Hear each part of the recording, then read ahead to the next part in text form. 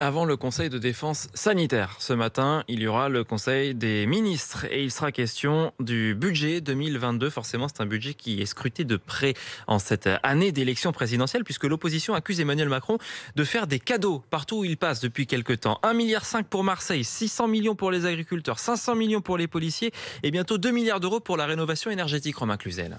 Au sein de l'opposition, chacun y va de son attaque face aux dépenses en série d'Emmanuel Macron. Il ne faudrait pas que ce soit des chèques en bois et pour l'instant ça l'est un peu. Le budget explose, encore pire que sous François Hollande. Au gré des déplacements de pré-campagne présidentielle, on a de l'argent magique qui atterrit un peu partout. Une grande partie d'entre eux dénoncent des annonces électoralistes, comme le député UDI Pascal Brindot. On est passé du quoi qu'il en coûte à effectivement être réélu quoi qu'il en coûte. Ça a surtout un impact sur les déficits publics et l'endettement de la France qui est aujourd'hui colossal. De toute façon, ce sont ou les impôts ou les générations futures qui devront la payer. Les élus de la majorité, eux, l'assurent. Aucun calcul avant la présidentielle. Ces dépenses sont utiles, explique le rapporteur général du budget, Laurent Saint-Martin. C'est de la dépense surtout d'investissement. Nous avons protégé le pays pendant la crise et nous le relançons aujourd'hui par la production, par l'économie, par la consommation. Nous nous mettons toutes les chances de notre côté pour avoir la croissance la plus importante de notre continent. Et ça fonctionne. Le député LREM se rassure avec une croissance plus forte que prévue cette année, plus 6%.